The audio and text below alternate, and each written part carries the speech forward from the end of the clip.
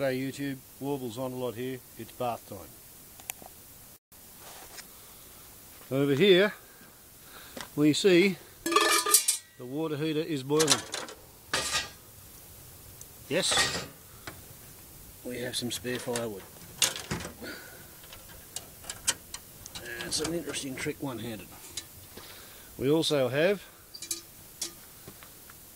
2 spare buckets of water. And we have water in the bath. And the idea is that last night we got 3.5 millimeters of rain. So today it's too wet to burn.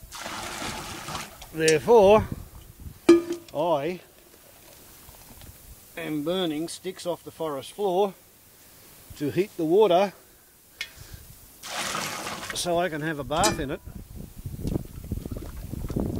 and therefore get some use out of it before I pour it onto the ground as a wet line.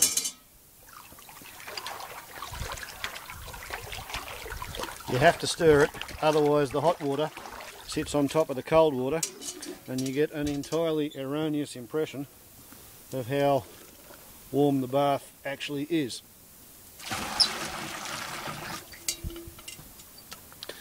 You have no idea how easy it is to economise on water when you have to pick it up in buckets and carry it around before you use it.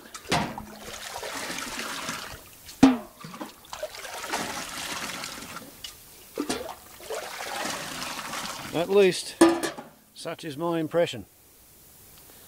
Okay, so I want to get it hot enough that it'll still be almost uncomfortably hot when I get into it after I get out of my clothes. So, we'll just be a little bit daring, shall we?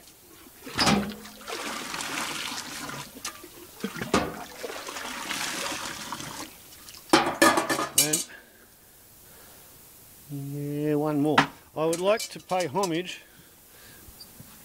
to John William Robson, aka Canada John,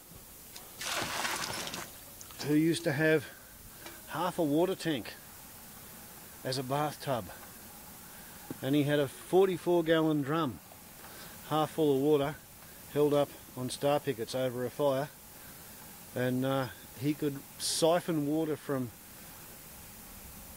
a deep pool in a creek uphill from him into his 44-gallon drum and then run the hot water directly into his great big bathtub. And he offered me the chance to have a bath in his bathtub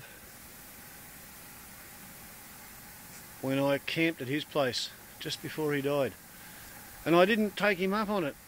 Later on, after he'd crashed his ultralight, I went down to his place and I lit up his fire and I filled his water heater and I tried having a bath out in the open under the sky, and I got to say, it was awesome. Absolutely awesome, particularly looking at the stars at night when you're sitting in a bath full of hot water. But enough of that yap. First order of business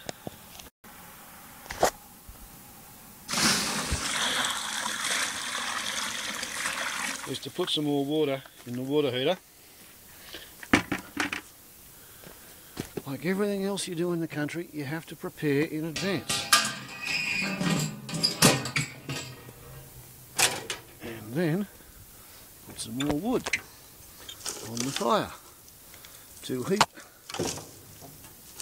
that 10 kilograms, 10 litres.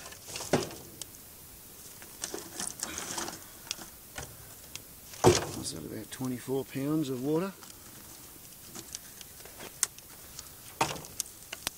so that when the water in the bathtub actually becomes cold, the water heater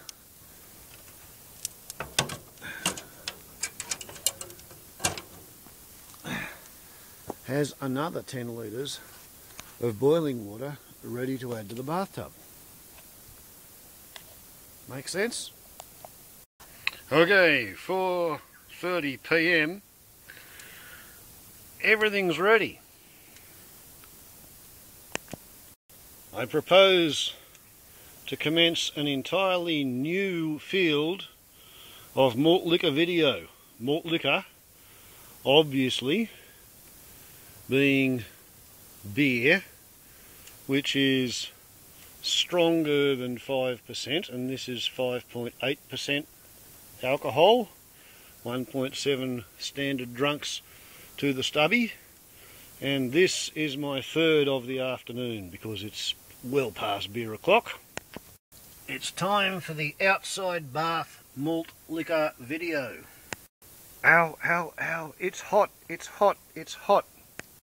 But there you go. Here I am with my bottle of malt liquor ready. Label out, and I'm sorry, but I have yet to figure out a way to open the things one-handed. But I promise you, I just opened this one.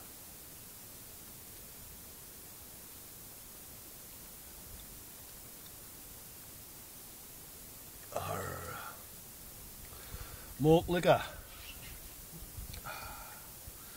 Welcome to the video in the bath. I've been considering this one for quite a long time. Ideally, you're only going to be seeing me head.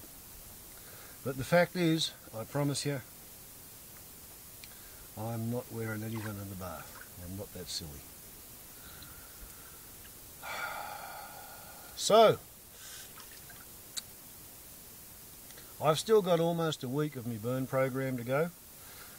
Therefore, I can afford to spend 130 litres on having a bath. Normally I can't do that. I figure it's a frank waste of water to be decanting 130 litres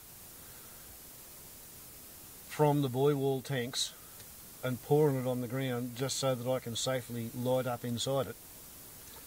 And I seem to be doing about 2/3 to 3/4 of an acre per burn at the moment. I've come to the conclusion that I can make 10 times as much country safe if I put the water on the ground as a wet line and conduct a hazard reduction burn, compared to when the ground is already on fire and I have to use the water to try and put the fire out. Okay, so every litre of water you apply will be 10 times more efficient at making the area safe if you apply it as a hazard reduction burn. Just think about that. Hazard reduction burning is 10 times more effective per litre of water than firefighting is. Now, I base that on the fact that the largest burn I've done is 0.91 of an acre, the smallest burn is 0.116. I'm using, well, for 0.116 I used 80 litres, for 0.91 I used 130 litres. A burn that I did on country that had not been burnt since 1958, so 56 years since the last fire, 0.6 of an acre, used 1,070 litres, that's counting the wet line and putting it out. So we're talking 1,040 litres to extinguish the same quarter acre once it's a fire and you can't, you want to put it out. So it's a stat of 1, i.e. statistical universe of 1, but from what I can make out, yep, every litre of water that you have will be 10 times more effective at protecting your property from a catastrophic fire if you apply that litre of water to a wet line, right, and burn the place before the catastrophic fire appears. So there's less fuel, so the fire's not going to be as catastrophic. Yeah? Now I know greenies are, characterised as being totally averse to hazard reduction burns. And I think they are the pseudo-greenies. They are the ones who live in towns and cities in a brick box with a red tile roof connected to a coal-fired power station. And to assuage their personal guilt trip, they espouse extremist values. Me, I'm pretty extremist, yeah, but I actually live on the forest law. And I've come to the conclusion, having been responsible for this place for nearly 24 years, my conclusion is that the only way to live in Australia is to burn it the way the traditional Australians used to burn it. Otherwise, if we don't burn the land will burn us. And if that means that your entire sacred fence fantasy has to be discarded, so be it.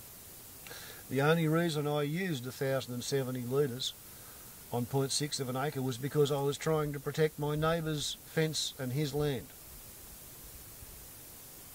The law does not allow me to light a fire and let it burn until it burns itself out at a natural landscape feature, and I strongly suggest that natural landscape features where fires burnt themselves out without any assistance, they were as prevalent as a tribal boundary as a river or a ridgeline. Right? Once upon a time, people burnt their country when they knew it looked as if it needed to be burnt. Right at the moment, I've burnt 6.13 acres. Right, so I've got less than 94 acres that I am personally responsible for because I paid for a title deed to make myself responsible for everything that lives. Okay? I don't own the water that falls on the land, I don't own the minerals underneath, and I don't own the airspace above the place. But I am personally responsible for everything that lives, and unless it is endangered, protected, or on a slope above 30 degrees, and I don't have anything on a slope above 30 degrees, I am entitled, that's what the title deed does, I am entitled to kill everything alive if I think I can make a profit from it, and I'm also entitled to go broke trying if I get the guess wrong. Thus, for nearly 24 years I've been paying rates. And what I've been doing is trying to allow the biomass and the biodiversity to increase while the topsoil rises up to cover the rocks. How's that for a malt liquor video? Naked in the bath, outside.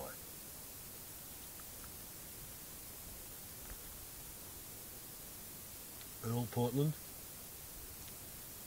old mate bike messenger. The challenge is there.